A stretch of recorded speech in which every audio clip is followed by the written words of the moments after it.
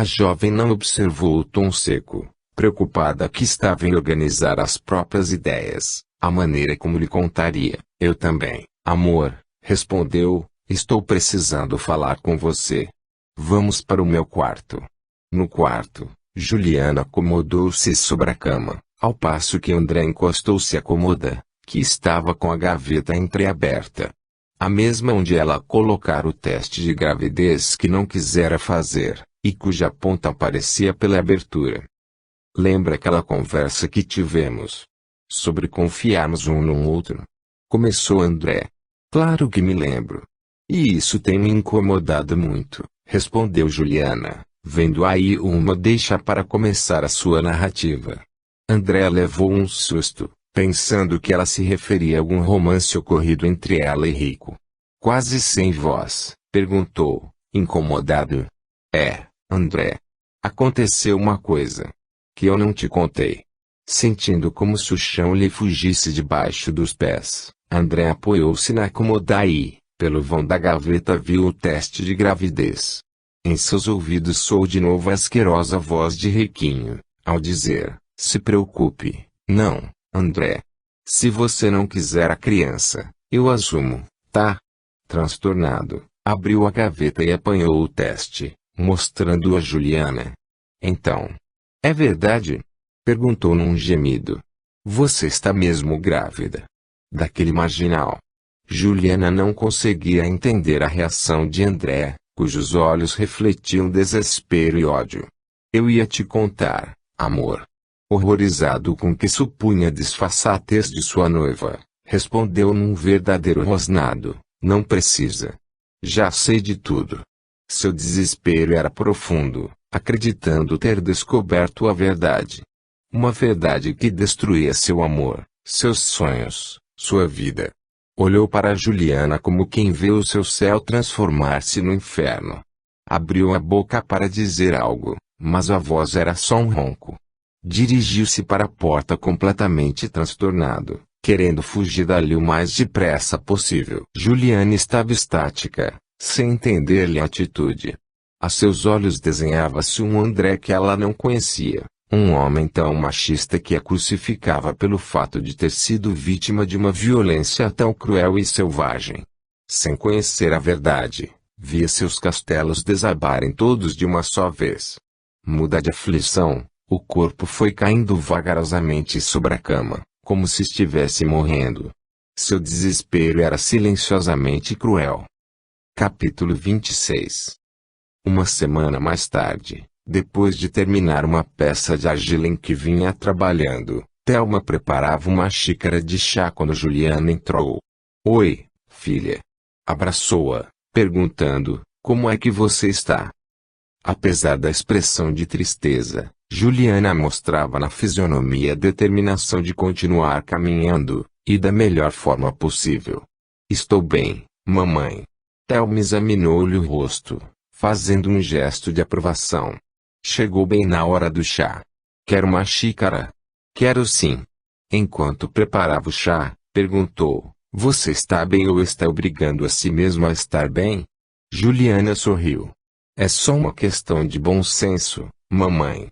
E isso foi você mesma quem me ensinou. A cabeça deve ouvir o coração. E o coração usar de bom senso, completou a mãe.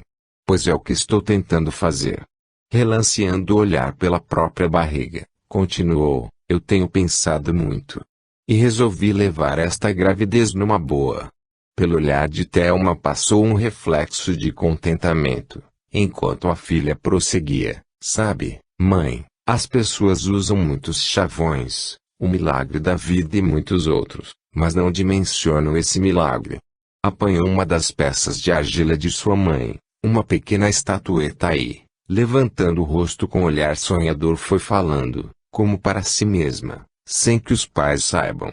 Ali, no silêncio intocado, as duas células de vida se unem e começam a formar uma nova vida. E naquele embrião tão pequeno que o olho não vê, está o esquema completo de uma nova pessoa. Perfeito, em todos os detalhes. Levantou-se, caminhando um pouco, como se precisasse de espaço para sentir toda a grandeza do que dizia. Passou os dedos suavemente pela superfície da estatueta, comentando: eu vi um documentário incrível sobre embriologia. Seu olhar entristeceu ao lembrar quem lhe mostrara o documentário, mas reagiu, dizendo com ternura: o coraçãozinho começa a bater com apenas 3 semanas de gravidez. Os pezinhos e as mãozinhas vão ficando prontos e aquela coisinha, bem pequenininha, leva o dedinho à boca. E fica chupando o dedinho, como a se consolar. Ou fazer companhia a si mesma. Olhando a mãe com intensidade, exclamou: esse comecinho de gente não é só um punhado de tecidos, ele já tem sentimentos, emoções. É uma vida, um mistério cósmico, que a gente não tem o direito de destruir. Fez pequena pausa e concluiu: não importa como tenha sido feito. Thelma, que estivera silenciosa durante a fala da filha, sorriu com ar de aprovação. Isso, filha. Você está certa, certíssima. Com ar de ternura, Juliana continuou: eu vou amar o meu bebê. Vou amá-lo muito. Vou cantar para ele, para que se acalme, para que não sofra por ter sido feito como foi. Eu vou ensiná-lo a ver também o lado luminoso da vida, para que essa luz possa apagar qualquer sombra hereditária. Thelma estava emocionada. Conhecia muito bem a filha, mas, mesmo assim, surpreendia-se com a grandeza que ela demonstrava ao vencer a própria dor, o desespero, a solidão, abrindo mão de seu possível direito de curtir a situação de vítima, e tudo isto, para preservar de qualquer condição psicológica negativa aquela vida que sentia crescendo em seu seio. E, além de preservá-la, ainda programava-se para passar-lhe o melhor do seu amor e carinho, de tranquilidade e alegria necessários a um desenvolvimento harmonioso e saudável. Era preciso realmente muito controle sobre si mesma, muita força de vontade e, sobretudo, muito amor, para levar a cabo tal empreitada. Thelma queria demonstrar-lhe sua admiração, mas não encontrou palavras. Com os olhos marejados de lágrimas foi abraçar a filha, exclamando: você sabe que pode contar comigo, sempre, filha. Não sabe? Sei, mãe. Eu sei disso, e isso me dá muita força, sabia?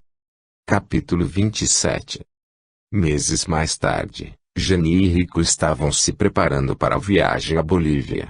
Tô doida pra ver isso aqui pelas costas, desabafou Jani, correndo os olhos pelo apartamento. Não aguento mais esse lixo. Fazendo um jeito de conquistador, Riquinho respondeu: deixe estar, boneca. Quando a gente voltar da Bolívia, o papai aqui vai te botar num apartamento bem maneiro, num desses apart hotel de luxo. Dando de ombros, a garota retrucou: só quero é ver. Mesmo gostando dela, lá à sua maneira, Riquinho não perdia a oportunidade de lhe pisar nos calos, e, sabendo quanto aquele assunto a incomodava, comentou: até lá, meu filho já nasceu. Espiando-a com o canto do olho, concluiu: outro dia eu vi a mãe. A barriga já está por acolá. Jenny não aguentou a provocação e gritou, furiosa: quer dizer que você anda espionando aquela égua? Com jeito maldoso, sabendo quanto iria enfurecê-la, Rico respondeu: que há, boneca? Tenho que pastorar o que é meu. Foi demais. Isso realmente merecia briga. Botando as mãos na cintura com ar de desafio, Jenny mandou um petardo capaz de desmontá-lo. Tá bom. Tá muito bom, seu Rico. Pois chame ela pra viajar com você, porque eu tô fora. E, botando mais ênfase, concluiu: vai com ela. Aproveita a barrigona. Aí é que não vai mesmo despertar suspeita. Eu vou é procurar outro rumo pra vida. Percebendo que fora longe demais, Riquinho mudou a expressão, ensaiou aquela pose de galã de favela que ela tanto gostava e foi se aproximando, vendendo sensualidade. Qual é, boneca? Tá me estranhando, é? Eu lá sou um homem de andar atrás de rabo de saia. Um pouco mais mansa, mas ainda de mau humor, Jani perguntou: e ela é o quê? Chegando-se mais, Riquinho tentou dar à voz um toque carinhoso, meio dengoso. Sua boba, não tô interessado nela. É só na criança. Desconfiada, Jani levantou a cabeça, num gesto de desafio. Que é que tu quer com a criança? Rico sentiu que já tinha ganho a batalha. Agarrou-a, afagando-lhe os seios. O rico aqui, minha loura, não dá ponto sem nó. Largando a moça foi até a janela. Ficou olhando para fora, matutando. Em seguida, voltando-se para Jani comentou, aquele menino ainda vai me render uma boa grana. Tu vai ver. Vendo que ainda estava desconfiada, agarrou-a novamente, beijando-a com violência. Em seguida apanhou a bagagem, exclamando, vamos embora, que o avião não espera. Minutos depois, os dois saíam do apartamento à procura de um táxi que os levaria ao aeroporto. Capítulo 28. Dias mais tarde Jani e Rico estavam a bordo de um avião de passageiros, procedente da Bolívia e com destino a São Paulo. Com eles viajava outro comparsa, o Diegão. Trazia um grande carregamento de cocaína para uma poderosa organização com ramificações em quase todos os continentes. O chefão havia confiado esse trabalho a eles por se tratar de caras novas por aquelas bandas. Jani ostentava uma grande barriga de fim de gravidez, contendo vários quilos da droga e levava um bonito baby bag, com o mesmo conteúdo e com o ar mais maternal do mundo. Vez por outra gemia, dando demonstrações de dor. Rico levava uma grande máquina fotográfica a tiracolo e parecia o mais cuidadoso e carinhoso dos maridos e futuros pais. Não tiveram qualquer problema no embarque, mas sabiam que o perigo estaria no aeroporto de São Paulo. Por isso tinham elaborado um plano para sequestrar o avião. Mas, para confundir a polícia ou evitar perseguições mais acirradas no primeiro momento entenderam de aparentar outro motivo para o sequestro. Também Diegão trazia vários quilos muito bem escondidos na bagagem de mão. Riquinho consultou o relógio mais uma vez, olhando para Diegão, atento, no outro lado do corredor. Os três estavam sentados na primeira fila, próxima à cabine de comando. Tá na hora do show, cochichou no ouvido da Jani. Esta começou a gemer alto. Que foi, meu bem? Perguntou Rico em voz alta. Jani, fazendo ar de grande sofrimento, disse com dificuldade, as dores estão cada vez mais fortes. Diegão, fazendo-se um mero desconhecido solidário, espichou o pescoço, perguntando, alto, ela está em trabalho de parto, é? É sim, respondeu Rico, com ar aflito. E o pior é que o médico disse que ela pode ter complicações. Ela precisa de um hospital. Diegão chamou uma aeromoça e Rico explicou, com ares de extrema preocupação e nervosismo. Ela está com muitas dores. Acho que o neném já vai nascer. Ela precisa de um hospital urgente. Diga ao comandante para descer no aeroporto mais próximo. Não se preocupe, senhor, respondeu a comissária. Nós somos treinadas para fazer parto a bordo, em caso de necessidade. Riquinho fez-se desesperado. Levantou-se, furioso, gritando, minha mulher teve uma gravidez de risco e o parto não vai ser fácil, entendeu? O caso dela é muito grave.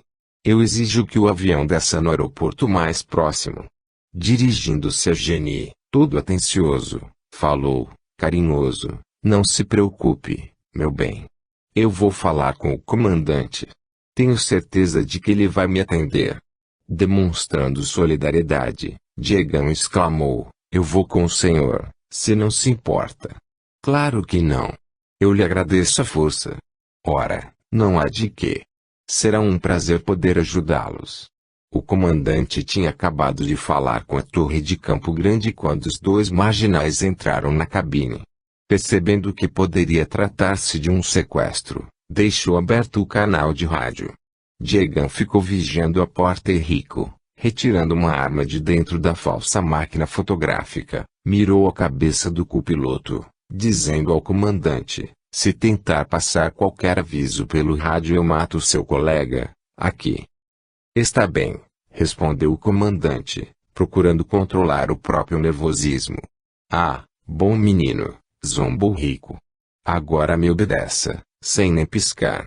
Acompanhando a palavra com gesto, ordenou: comece a descer. Nós vamos pousar em outro ninho. Esse avião não pode pousar em qualquer pista, pois vai ter que poder. Encostando a arma com força na cabeça do copiloto, ordenou: descendo, comandante, descendo. Não me custa nada apagar o colega, aqui. Eu sei que você é capaz de pousar o avião sozinho. Está bem. Fique calmo. Eu vou obedecer. Não quero ver ninguém ferido. É assim que se fala. Bom menino, zombou Rico. Vamos descer aonde? Três Lagoas, Três Lagoas. Aquela pista não dá nem para urubu, pois vai ter que dar. E eu já avisei. Não tente nenhuma gracinha, que tem muita gente para morrer aqui. Fique calmo. Já disse que não vou botar a vida dessa gente em perigo. Mas pousar em Três Lagoas é uma loucura. Não dá para ser em outro lugar. É melhor calar a boca, antes que eu fique nervoso. E olha que já estou ficando. Aí meu dedo fica pesado no gatilho e... Está bem, interrompeu o comandante. Eu vou tentar pousar em Três Lagoas. Muito bem, garotão. Agora ligue o rádio e chame o aeroporto de Três Lagoas. Diga que está com uma mulher em trabalho de parto. É um caso complicado e ela corre risco de vida se não for socorrida logo. Peça que chamem uma ambulância. Agarrando o comandante pela gola com força e apontando a arma para o seu rosto, disse, agressivo: e se ouvir qualquer palavra suspeita eu mato o coleguinha ali. E assim que o avião pousar eu mato você. Deu pra entender? Eu entendi. Mas por favor, fique calmo. Não machuque ninguém. Se fizer tudo bem direitinho, ninguém vai se machucar. Depois do comandante ter falado com o aeroporto de Três Lagoas, Riquinho ordenou-lhe comunicar o fato aos comissários pelo interfone, evitando que suspeitassem do que estava acontecendo, e, fazendo sinal para Diegão, concluiu: o colega aqui vai ficar tomando conta, porque eu vou cuidar dos passageiros. Mas, olhe que ele é bem mais nervoso que eu. Foi saindo e dizendo: Diegão, se notar qualquer coisa suspeita, tu queime o copiloto. Riquinho passou a arma para Diegão e voltou à cabine de passageiros, dizendo em voz alta: Geni, vamos pousar em Três Lagoas, querida. Fique calma, que vai dar tudo certo. Geni fingia estar com dores periódicas, conseguindo enganar a todos e, por seu lado, Rico dava uma de marido amoroso e preocupado. O avião pousou com dificuldade, parando na cabeceira da pista. Um helicóptero preparava-se para pousar perto dele, a fim de apanhar os traficantes e sua muamba. Ao mesmo tempo, várias viaturas de polícia seguiam velozmente pela pista, na direção do avião. Riquinho e Geni, ainda fazendo-se passar pelo que não eram, apanharam as bagagens de mão, com a cocaína, começando a descer do avião, enquanto Diegão cuidava dos tripulantes. As viaturas já estavam perto e do helicóptero começaram a atirar nelas. A polícia abriu fogo e Riquinho, que ia na frente, correu, mas não conseguiu embarcar porque o helicóptero teve de afastar-se rapidamente para fugir aos tiros da polícia. Rico conseguiu escapar para o matagal, abandonando a mala que levava Geni. Ao ver a confusão, voltou para dentro do avião. Os policiais já tinham cercado o aparelho quando ela reapareceu na porta, segurando uma mulher e apontando uma arma para a cabeça dela. Atrás, Diegão trazia o comandante, também como refém. É melhor vocês se entregarem, gritou o tenente que comandava a operação. Nós damos garantias, vá pro inferno com suas garantias, gritou Geni. Eu quero é vocês longe daqui. Vão saindo, senão estouro os miolos dela. Alguns policiais aproximavam-se por baixo do avião. O tenente, querendo ganhar tempo, disse a Geni: você não vai ganhar nada com isso, moça. É melhor se entregarem. Apertando o cano da arma contra a cabeça da refém, Geni ordenou: para trás vocês todos, Senão eu atiro. Está bem, respondeu o tenente. Nós vamos nos afastar. Mas fique calma, nós queremos uma viatura com armas pesadas e tanque cheio, gritou Diegão. Não acha que é pedir demais? Perguntou o tenente. Jane estava nervosa. Tinha saído tudo errado. Deu um safanão na refém, que gritou. Um policial que tinha se aproximado por baixo do avião atirou, atingindo a sequestradora na cabeça. Diegão, ao vê-la cair, jogou fora a arma e levantou as mãos, gritando a plenos pulmões. Eu me rendo. Eu me rendo. Não atirem. Capítulo 29. André estava na produtora tentando trabalhar, mas sem conseguir concentrar-se. Levantou-se mais uma vez, caminhou de um lado ao outro, lavou o rosto e, como se fosse levado por uma força irresistível, foi até a gaveta onde havia guardado o retrato de Juliana. Abriu, quase com medo. Tirou a foto e ficou olhando, cheio de mágoa. Por que você fez isso comigo, Juliana? Por quê? Eu confiava em você. Devolveu a foto à gaveta, murmurando, você destruiu minha vida. André sentia como se a ausência de Juliana o tivesse esvaziado. Ela fazia parte de sua vida, aliás, sempre fizera, mesmo antes de conhecê-la. Era seu olhar que procurava quando distraído caminhava pelas ruas da cidade. Jamais conseguiria esquecê-la. Às vezes algo lhe dizia que nada havia acabado e que eles ainda voltariam a caminhar juntos, mas a razão contestava dizendo ser ela uma criatura perversa, falsa e além de tudo cínica, pelo ar inocente com que confirmar estar grávida do marginal. Era isto que mais o machucava. Se ela ao menos tivesse chorado, contado uma história qualquer mesmo que não fosse verdadeira, se tivesse pedido perdão, mesmo que nunca voltassem a ficar juntos, pelo menos poderia guardar dela uma lembrança mais amena, menos infeliz. Fechou finalmente a gaveta e, sem ânimo para trabalhar, apanhou o jornal, sentou-se no sofá e começou a folheá-lo sem interesse. De repente, deu um pulo.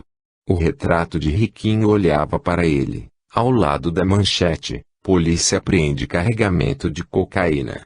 Leu sofregamente, 3 traficantes sequestraram um avião procedente de Santa Cruz de la Sierra, com destino a São Paulo, obrigando o comandante a pousar em 3 Lagoas, onde um helicóptero já os esperava. A polícia, no entanto, chegou junto e, numa operação cinematográfica, prendeu um dos traficantes, conhecido como Diegão. O outro, Riquinho, conseguiu fugir e sua companheira, Geni Matos, foi morta por um policial, quando ameaçava atirar numa refém. A polícia espera prender Riquinho nas próximas horas. Levantou-se de um pulo, saboreando o prazer que teria ao jogar à cara de Juliana as qualidades do homem que escolhera. É esse o pai do teu filho, não é, Juliana? Ia ensaiando em voz alta enquanto apanhava as chaves do carro, concluindo, essa notícia eu quero te dar pessoalmente. O teu amante, sequestrador e traficante, procurado pela polícia. Foi esse o homem pelo qual você me trocou. Capítulo 30. Em seu quarto, Juliana ajeitava as roupinhas do bebê. Apanhou uma peça encostando-a no rosto, num gesto de carinho. A barriga grande indicava que a gestação ia bem avançada. Olhou o retrato de André, apanhou-o, segurando sobre o peito. O olhar distante indicava que as lembranças afluíam com sabor de amor e amargura e lágrimas de saudade e mágoa rolaram-lhe pelo rosto. Juliana amava-o com toda a alma. Sabia que eram mais do que meros apaixonados. Eram 2 seres que se buscavam nos caminhos seculares de encontros e desencontros, com promessas de um final feliz. Mas, para quando? Teriam ainda de cruzar outros séculos antes de poderem finalmente encontrar-se, sem novas separações? Sentindo que precisava desgrudar-se daqueles pensamentos sombrios, fechou os olhos e respirou fundo, procurando relaxar, buscando o equilíbrio dos ritmos internos. Entendia que um estado de harmonia interior era importante para o seu bebê. Foi quando ouviu novamente aquela voz dentro do próprio pensamento, dizendo: nunca se dê ao luxo de curtir mágoas nem tristezas. Apegue-se sempre à esperança. O ser humano é frágil. E é a esperança que lhe dá motivação para não morrer na praia depois de cada naufrágio.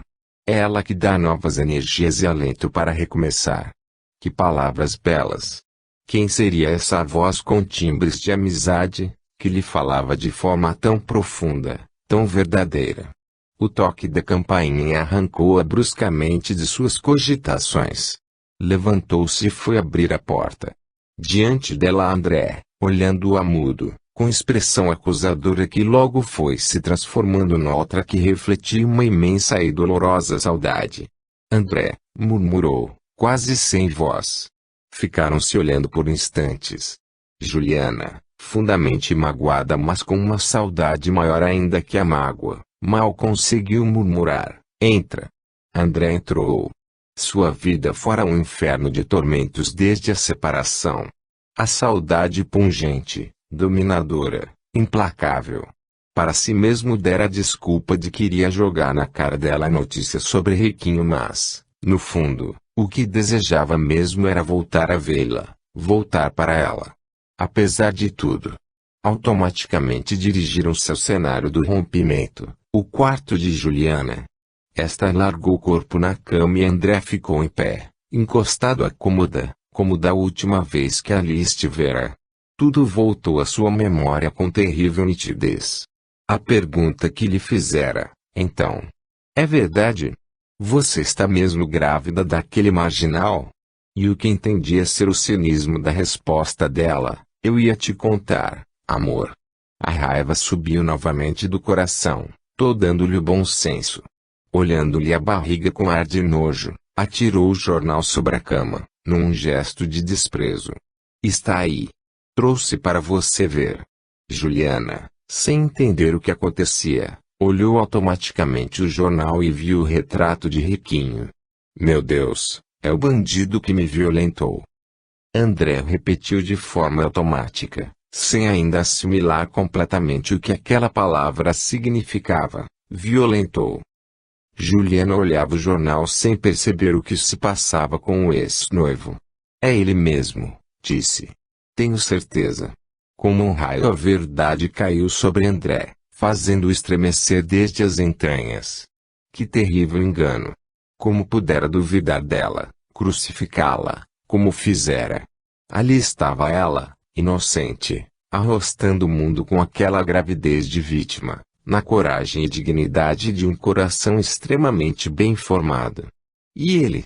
Ele que lhe fora algoz, que se preocupara tanto em pedir-lhe confiança, companheirismo, mas que enxotara a primeira suspeita. Tal constatação pesou demais e André foi se deixando cair ao chão, dobrando-se sobre si mesmo. Sem coragem de olhar para ela, só conseguia repetir: meu Deus, o que fiz? O que eu fiz? Juliana não entendia a reação do ex-noivo, mas seu coração parecia querer saltar do peito de tanta emoção, com gosto de esperança. Do que você está falando? Perguntou. Com a cabeça em fogo, André repetia: meu Deus! O que fiz? Que foi que eu fiz? Eu nunca vou conseguir me perdoar. Juliana levantou-se, puxou uma cadeira e foi sentar-se perto dele. Pôs a mão sob seu queixo, erguendo-lhe a cabeça com carinho, enquanto dizia com infinito amor: olha para mim, André. Aos poucos ousou olhar para ela. Viu seus olhos molhados de lágrimas, a barriga crescida. Imaginou todo o sofrimento por que devia ter passado. Sentiu como se algo quebrasse dentro de si, transbordando em choro incontrolável. Juliana acolheu-lhe a cabeça em seu colo, afagando-a. Em meio ao pranto André pedia, com voz entrecortada: perdoa, Juliana. Perdoa. Perdoa. Eu não sabia. Juro. A jovem continuava não entendendo. Que é que você não sabia, André? Finalmente conseguiu acalmar-se o suficiente para falar. Eu não sabia que você tinha sido violentada. Aquele miserável me disse que...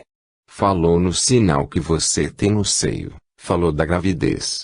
Eu pensei que você e ele. Juliana levantou-se, afastando-se dele.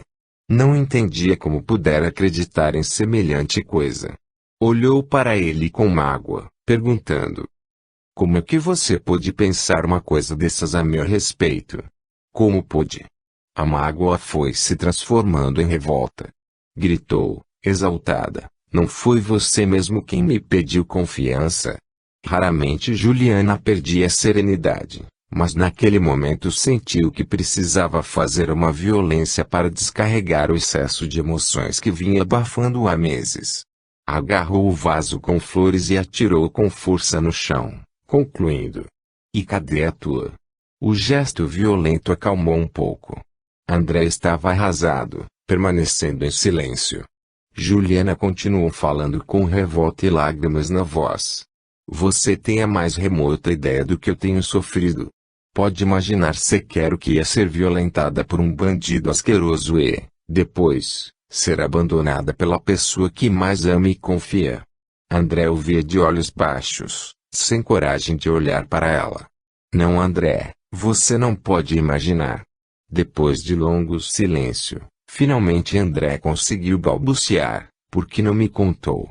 No fundo da alma Juliana já o havia perdoado e agora a esperança de felicidade desabrochava vigorosamente em seu interior, mas precisava desabafar, descarregar os restos de mágoa que ainda alojava. Por que não contei? Porque, idiota, aqui, queria preservar o seu amor de toda aquela sujeira. Desesperado, pediu: tem dó de mim, Juliana? Por favor, me perdoa.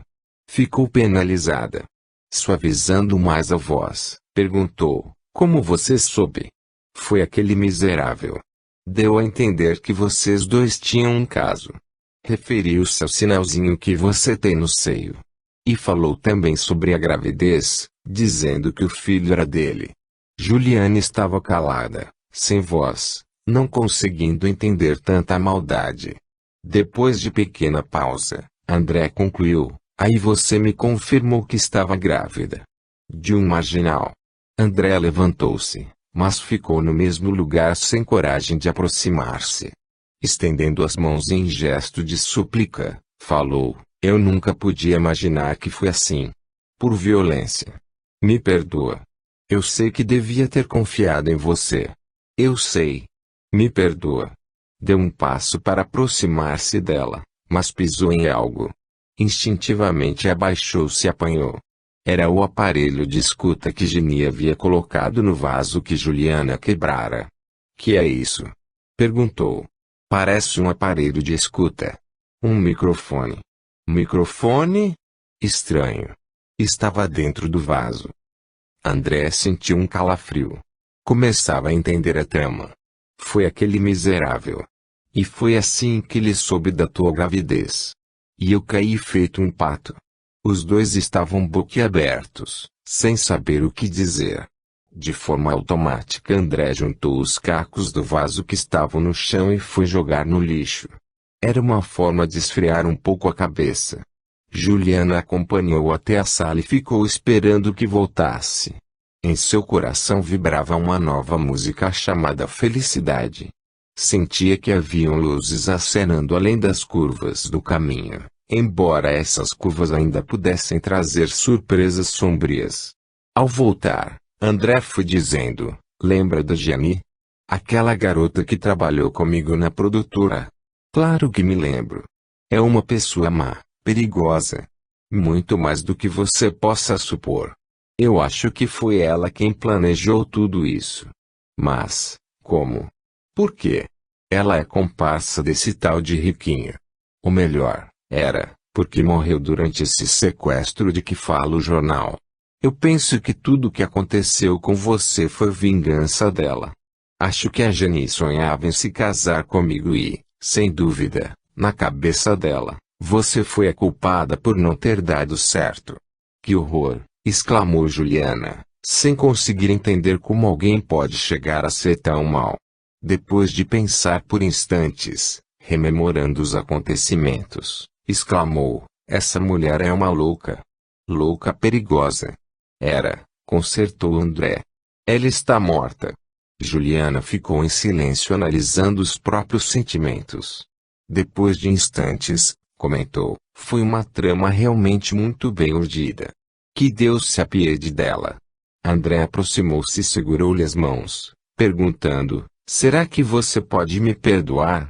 Juliana soltou-se e foi colocar uma música para tocar, a mesma que dançaram na noite do seu noivado. Aproximou-se dele sorrindo, com os olhos mais azuis que nunca, embora marejados de lágrimas, dizendo: talvez a barriga atrapalhe, mas eu quero dançar de novo essa música com você. Dançaram de rosto colado, sentindo quanto era grande e profundo o seu amor. André esforçava-se para não pensar que ali, na barriga da sua amada, estava o filho do marginal. Se ela aceitara essa gravidez, quem seria ele para dizer qualquer coisa? Mas estava difícil. Ao fim da música, sentados no sofá, abraçadinhos, comentou: você foi muito corajosa por ter mantido essa gravidez. É verdade. Mas custei muito a aceitar essa ideia. Depois, fui começando a me sentir mãe dessa criança aí. Nos meus longos dias de solidão, cheguei a entender que tudo deve ter uma razão de ser, embora nem sempre a gente compreenda. O sofrimento amadurece as pessoas. André ficou pensativo, sentindo-se culpado pelo abandono que ela sofrera. Por fim perguntou: e o trabalho? Pedi demissão. Quero estar muito tempo com minha filha.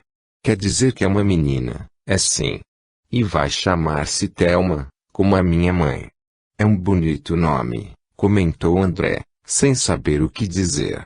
Sabe, amor, a mamãe tem me dado a maior força. Ela quer que eu volte a estudar medicina. É uma excelente ideia. Havia algo que André queria perguntar, mas estava sem coragem.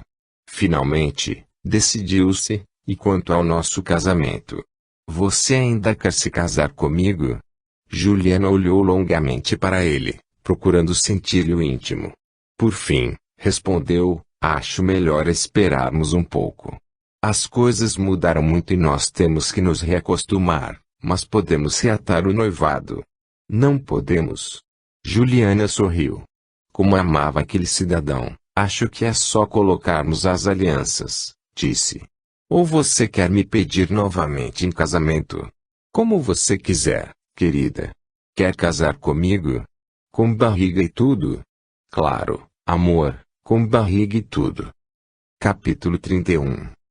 Um mês mais tarde Thelminha nasceu de parto normal, saudável e linda, assessorada por Thelma, que ficou no hospital acompanhando a filha e toda encantada com a netinha. A alta também chegou rápido e André foi buscar Juliana e a menina em companhia de Anabel. Já no apartamento, o bebê confortavelmente colocado no berço, Juliana comentou: estou doida por um banho. Anabel, que tudo fizera para a amiga interromper aquela gravidez, estava agora encantada, curtindo muito a condição de tia. Pode ir que eu cuido da Thelminha, ofereceu. Depois que Juliana saiu do quarto, André aproximou-se do berço para dar uma olhada na menina. Estava sendo difícil aceitar aquela criança pelo que ela significava, e em seu íntimo lutavam duas forças contrárias: a emoção de olhar para a filha de Juliana e o fato de saber que o pai era riquinho. Aproximou a mão, tocando em sua mãozinha, que logo agarrou-lhe o dedo segurando com força. Emocionou-se. Ela segurou meu dedo, exclamou.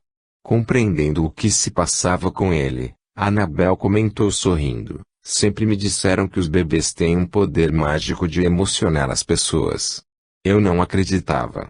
André ficou sem jeito ao ver que Anabel percebera o que lia no íntimo, mas nada disse, procurando entender a si mesmo e harmonizar-se com a nova situação. Capítulo 32. Os dias correram céleres para Juliana entre as fraldas, os cuidados dos primeiros dias e os preparativos para o casamento. Acabara de pôr a filha para dormir, quando André chegou com um ramalhete de flores e um pacote com laço cor-de-rosa. Oh, amor, que surpresa boa! Entra. Temos que comemorar o aniversário da Thelminha. Juliana arregalou os olhos, risonha, contente com o interesse que André demonstrava pela menina. Entendia o quanto devia ser difícil para ele aceitá-la, por ser filha de quem era. Aniversário? Perguntou. 45 dias de vida. É muita coisa. Entre beijos e sorrisos Juliana recebeu o presente, abrindo-o. Era um lindo vestidinho rosa com enfeites brancos. Oh, é lindo. Obrigada, em nome da Thelminha. Passei na igreja, disse André. Está tudo certo para sexta-feira. Abraçando Juliana, falou com emoção. Dentro de 5 dias, vamos ser marido e mulher. Enquanto Juliana ia preparar um suco, André foi até o quarto onde Thelminha dormia. Ficou ali junto ao berço, quieto, olhando-a. Observou sua tez rosada e limpa, as mãozinhas macias com a pele quase transparente de tão fina, os dedinhos longos, bem feitos. Tocou de leve aquela minúscula mãozinha, tão pequena e tão perfeita. A menina espreguiçou-se, fazendo aquele chiadozinho próprio dos bebês. Havia nela algo de especial. Não sabia exatamente o que. Imerso em estranhas impressões, não sabia como trabalhar um novo sentimento que lhe acenava dos inescrutáveis caminhos da alma. Assustou-se ao ouvir os passos de Juliana aproximando-se. Observou como seguia direto para o berço a ver se a filha estava bem. A seus olhos ela estava ainda mais bela, aureolada de uma luminosidade quase divina. Era mãe. Em seguida veio abraçá-lo e permaneceram assim por longo tempo, nutrindo-se com o mais divino dos sentimentos, o amor. A proximidade e o calor dos seus corpos acendeu o desejo sexual. Beijaram-se com volúpia. Agora já pode, não pode? Perguntou André entre um e outro beijo. Juliana fez sim com a cabeça e os dois seguiram abraçados até a cama, onde André deitou-a, beijando-a com paixão. Foi levando a mão pela perna de Juliana, subindo pela coxa, até a nádega. O gesto fê-la lembrar o estupro. Virou a cabeça, abrindo os olhos, e viu em primeiro plano o rádio de cabeceira. Em seus ouvidos ecoou a desagradável música brega que acompanhara todo o desenrolar daquele horrível drama. Levantou-se, angustiada. Estava no próprio cenário em que ocorrera a violência.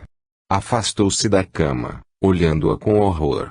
Compreendendo o que se passava em seu íntimo, André aproximou-se e segurou-lhe as mãos, dizendo carinhoso: calma, meu amor.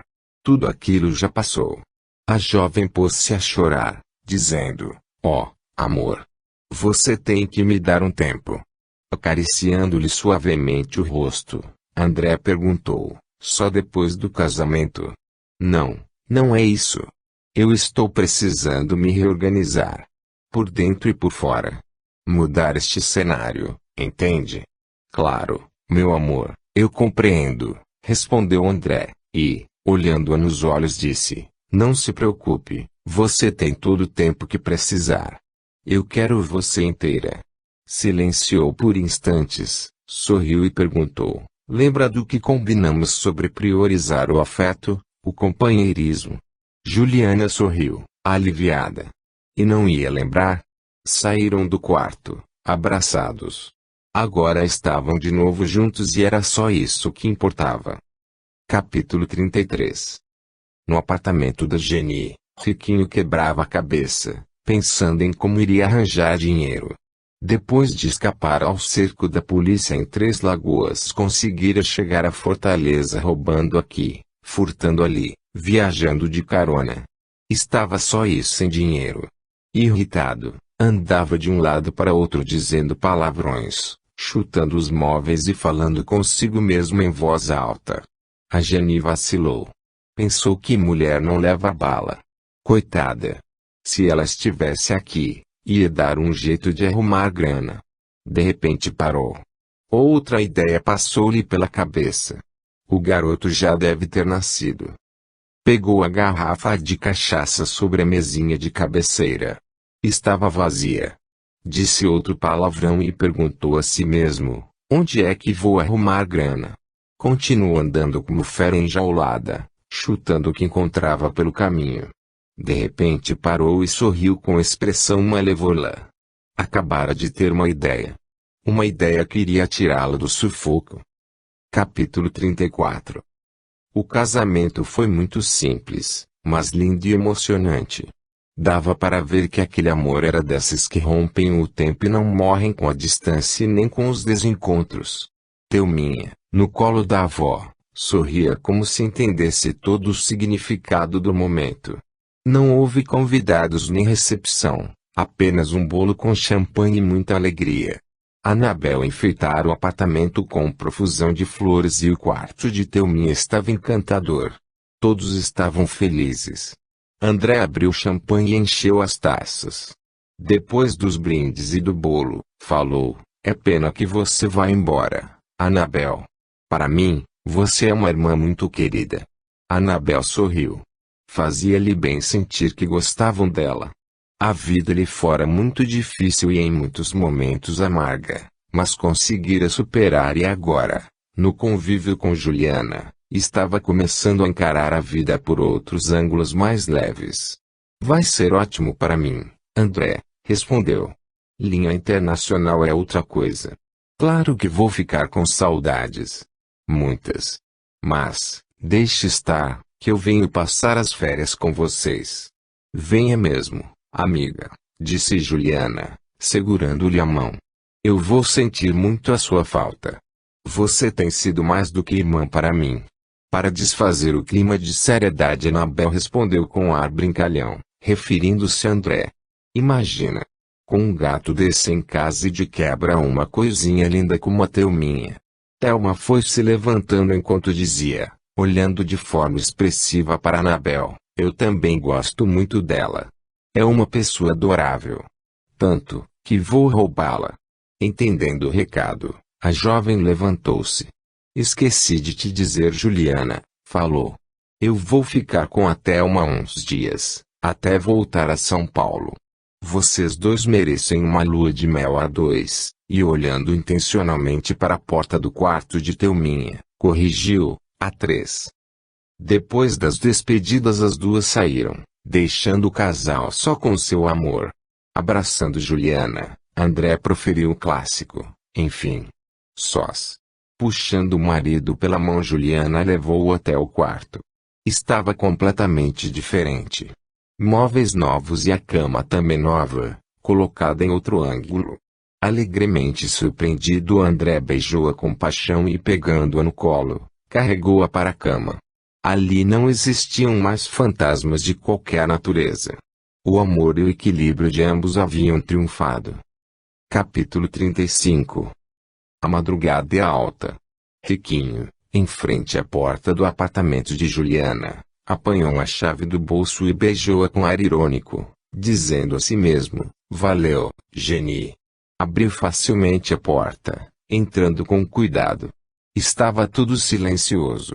Pé ante pé foi até a porta do quarto de Juliana. Olhou o casal dormindo e fez uma careta. Caminhou silenciosamente até outro quarto, apanhou Thelminha, colocando-a num bebê conforto, fraldas e mamadeiras, e saiu. O dia já dava seus primeiros sinais de luz quando Juliana acordou. Olhou com um sorriso para André, adormecido. De repente, sentiu um aperto no coração. Levantou-se, indo até o quarto da filha. O berço estava vazio. "Cadê minha filha?" perguntou num murmúrio, a voz engasgando na garganta. André conseguiu gritar. "André, a Thelminha sumiu." O marido chegou correndo. "A Thelminha sumiu, André", soluçou a jovem mãe desesperada. "Como, sumiu?" "Sumiu.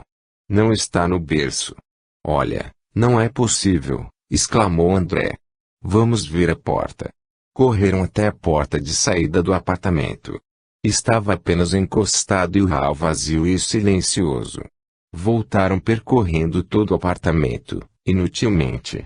A menina tinha desaparecido. "Roubaram minha filha, André", repetia a Juliana, quase enlouquecida de dor. "Roubaram a minha filha." "Eu não sei como pode ser", dizia André. "Eu mesmo verifiquei a porta. Estava trancada." Juliana agarrou o marido com força pelos braços, chorando. Alguém entrou aqui, André, e levou a minha filha. Mas, por quê? Por quê? Não faço a menor ideia. Vamos chamar a polícia. Isso. Chama logo. André foi ao telefone e falou com a polícia, explicando o ocorrido. Eu tenho que ir até lá, formalizar a queixa, explicou a Juliana. Eu vou com você. Não, amor, é melhor você ficar aqui. Se for um sequestro, eles podem telefonar. Juliana estava na maior aflição. Está bem, eu fico aqui.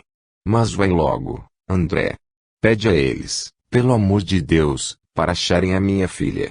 Procure se acalmar, querida, disse André, segurando a mulher pelos ombros. Eu vou preparar um calmante para você. Enquanto o marido preparava o calmante, Juliana ajoelhou-se, começando a orar. Santa Maria, Mãezinha do céu, me ajuda, protege minha filhinha. Protege minha filhinha. Faz com que ela volte sã e salva para mim. Ave Maria, cheia de graça, o Senhor é convosco. André voltava com o calmante. Toma, vai ficar mais calma. E olha, tenha fé, confia. Vai dar tudo certo.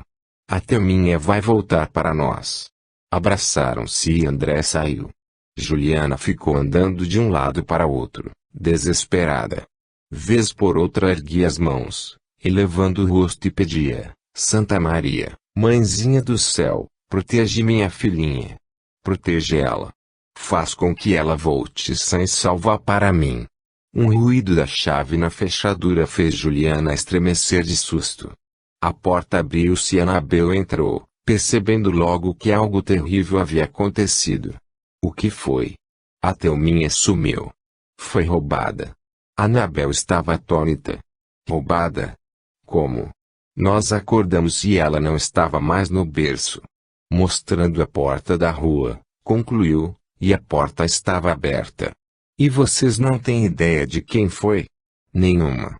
De repente, Juliana pensou em algo. Será que não foi aquele bandido? O Kitty, é. O miserável é conhecido como Riquinho. Anabel levou um susto. Riquinho. Tem certeza? Tenho. O André me disse o nome dele. E estranhando a atitude da amiga, perguntou, por quê? Você sabe quem é ele? Bom. Não sei se é o mesmo. O mesmo quem, Anabel? Se você souber, se você conhece ele, vai ser mais fácil encontrar minha filha. Por favor, diga logo. Calma, Juliana. Vamos com calma. Só assim a gente consegue alguma coisa. Mas diga, o que é mais que você sabe sobre ele? Sei quase nada. Ele tinha uma comparsa, a Jenny. Jenny? Ah, então é o Riquinho mesmo. Ah, miserável. Anabel lembrou-se da casa abandonada. Se fosse mesmo Riquinho o sequestrador, é possível que tivesse levado a menina para lá. Pensava em como dizer isto a Juliana, quando a mesma ficou mais pálida ainda, exclamando, em terrível desespero, e se ele roubou a menina para ficar com ela? Se ele nunca mais vai devolver minha filha? Nem pense nisso, Juliana, tentou acalmá-la. Aquele desgraçado só está querendo dinheiro. Anabel foi até a janela, procurou a direção da casa abandonada, dizendo a si mesma, mas em voz alta. É possível que ele tenha ido para lá. Juliana correu até a janela, perguntando, em terrível aflição, ido para lá? Lá onde, Anabel? Para uma casa abandonada. Fica depois daquele cajueiral, ali, explicou, mostrando-lhe o local. Me explica isso, pelo amor de Deus. Que casa abandonada é essa? Foi minha casa quando eu era criança. Tua casa? Perguntou Juliana, espantada. Não estou entendendo. Isso não tem importância, agora. E por que aquele bandido iria para lá? Porque nós fomos amigos de infância. Como? Você e aquele bandido, o Riquinho foi meu vizinho. Era meu amigo. Foi ele quem matou meu pai. Juliana estava cada vez mais espantada. Matou teu pai? Então, Ele é um assassino. Ele vai matar a minha filha. Juliana estava descontrolada. Annabel segurou-a com força pelos ombros. Não vai, não, Juliana, disse com firmeza. Te acalma. O riquinho não é tão mau assim, não é mau? Um assassino, estuprador. Não é mau? Você está ficando louca, Annabel? Me escute, Juliana. Não foi assim como você pensa. Meu pai me violentava sexualmente. Eu só tinha 12 anos. O riquinho me amava. Ele pegou meu pai me forçando. Matou ele para me defender, entende? Juliana estava atônita. Meu Deus! Que coisa terrível! Vê, amiga. Não fique aflita. Eu acho que ele só está querendo dinheiro. Você disse que ele pode ter ido para essa casa abandonada. A campainha do telefone interrompeu o que dizia e Juliana correu para atender. Era André. Oi, amor, sou eu. Já registrei a queixa e estou aqui esperando para assinar o termo.